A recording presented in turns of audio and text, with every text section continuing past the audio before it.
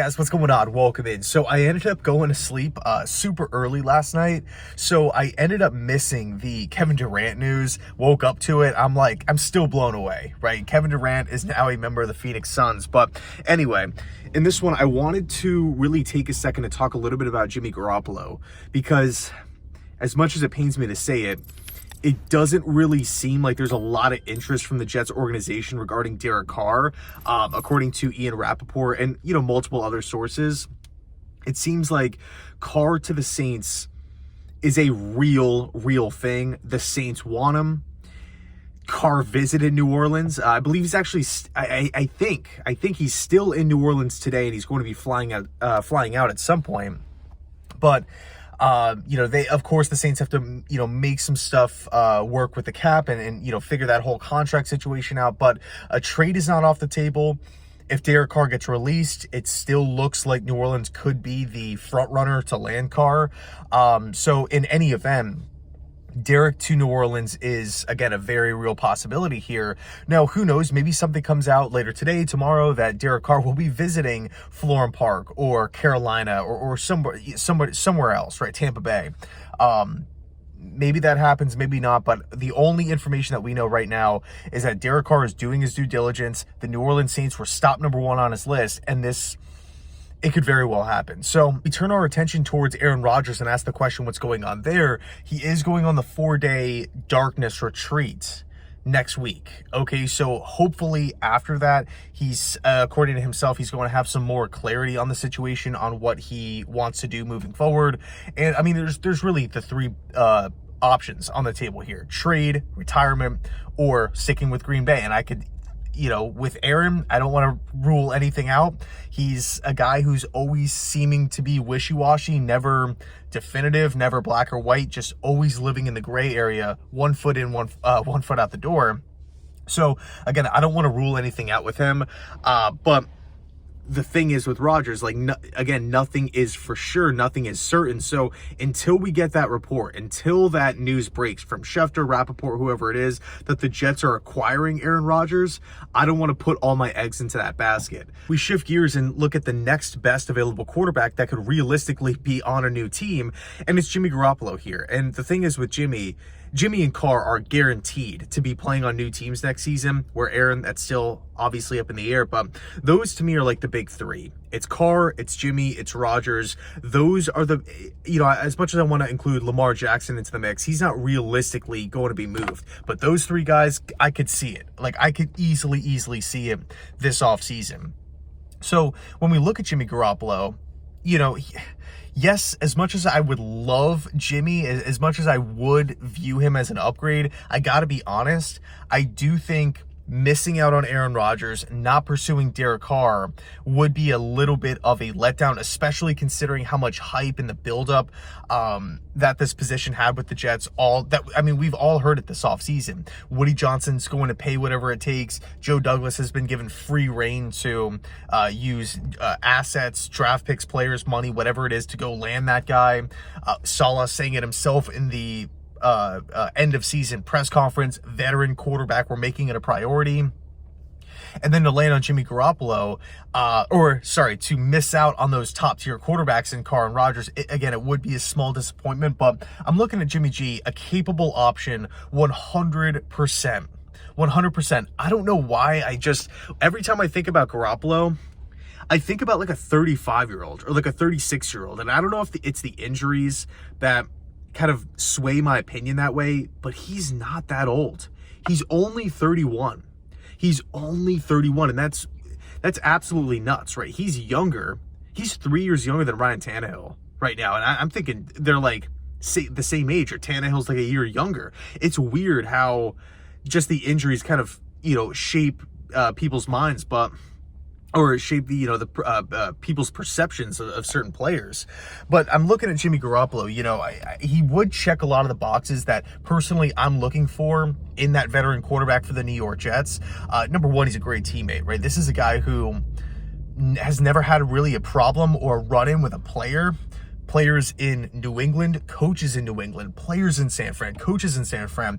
Everybody loves Garoppolo. Now, there has been some recent stuff that has came out between like John Lynch, Kyle Shanahan, and Jimmy. But like at this point, I don't want to, use this season or like this off season and basically just wipe his entire career and say, oh, you know what, he's had a run in with his with his coach in San Fran. Now he might not be that good of a teammate. He might bring drama to New York. I don't see that being the case. I just feel like those two sides need to go their separate ways and just move on.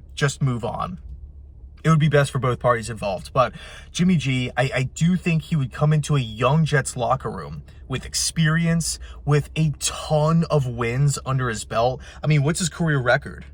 53-21. I have to write that down. 53 wins, 21 losses in his career. That's a solid record for a free agent quarterback that you're not even going to have to give up picks for. You don't have to give up a player for. He's just out on the open market.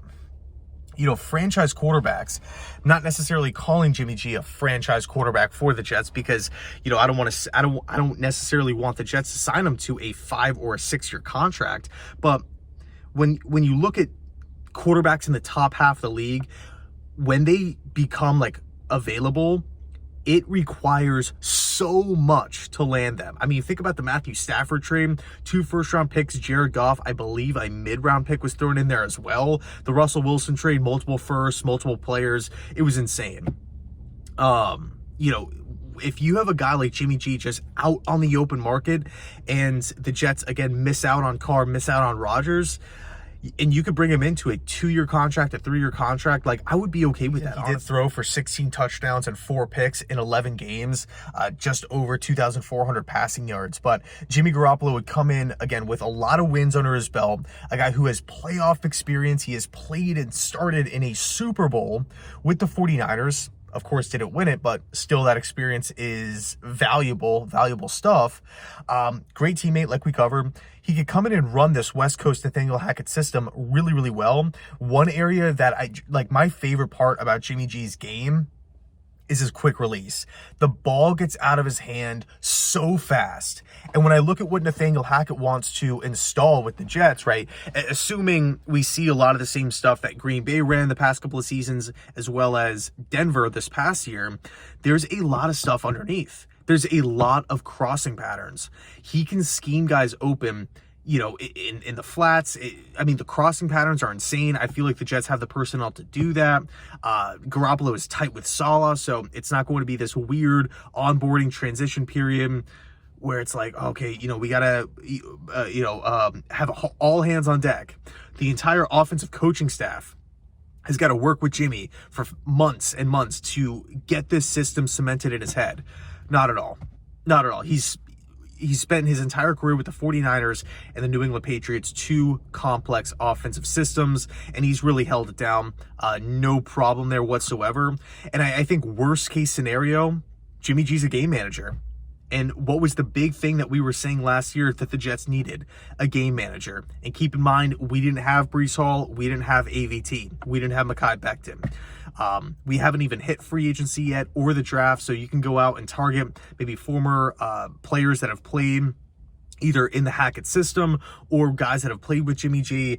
I don't think it would be a bad move whatsoever. I know I keep bringing it up, but, to miss out on Carr, to miss out on Rodgers, that would be a tough pill to swallow. But to have a guy in Jimmy Garoppolo as your third option, as your plan C, it might be the Jets' plan B, but neither here nor there. To have a guy like that just out on the open market is a huge luxury. To me, it's a huge luxury, and I would definitely feel more comfortable with Garoppolo as opposed to Mike White, as opposed to Baker Mayfield, as opposed to Ryan Tannehill and Zach Wilson. So, I think for me, Jimmy G is locked in, that third spot. Jimmy G, game manager, worst case scenario, best case scenario, he would come in and I think he could be one of the better quarterbacks in the AFC. I know that might sound crazy on the surface, but the Jets had 7 wins last year with, I want to say, the worst quarterback production in football. And guys were hurt. That just speaks volumes about what the defense was able to do. So, I know people could say, hey, Jimmy G, he's been there. He's not the most exciting guy in the world. He's not going to elevate your team to new heights. He's not going to, put the team on his back constantly like a Mahomes or a Josh Allen. I completely get that, but I do think Garoppolo would come in and operate the system, just be the point guard of the football team. I know I say that a lot, but I do think it's important when I look at this style of scheme and when I look at how good the defense is. You don't need to be throwing 400 yards a game. You don't need to be, having the quarterback drop back 45 to 50 times a game. It's just, you just don't need it. The only concern that I have with Jimmy is not the price. It's not the guy. It's not mental capabilities. It's not physical capabilities. It's the track record of getting hurt. I guess that does kind of check the box, fall under physical capabilities. But I do like, how he works in the pocket, working off play action, the quick release. He could scamper around, extend plays. He is an athletic guy. But when I look at the injuries, it's been brutal. It's been brutal. Like, he has been hurt a lot. In fact, he's only played, just looking at his time with the 49ers, one full season, 2019. 13-3. Granted, it was his best season, so he does have that in his back pocket. Best season, 13-3, made it to the Super Bowl, lost it. Insane year. I believe he had 27 touchdowns, 13 INTs, just under 4,000 passing yards. It was a great year. But that's the only season that Jimmy G has stayed healthy. So if you bring him in and he's the guy, you have to have a solid backup option. That is my only complaint. That is my only negative, my only red flag that I have with Jimmy G. But all the other stuff, price, everything considered, news breaks in mid-March, Jets are bringing in Jimmy G, multi-year contract. I'd be happy with it. I would be happy with it. So let me know your thoughts down below in the comment section. Where do you stand with Garoppolo as it stands with Rodgers' future being up in the air, with Carr possibly looking like New Orleans is going to happen?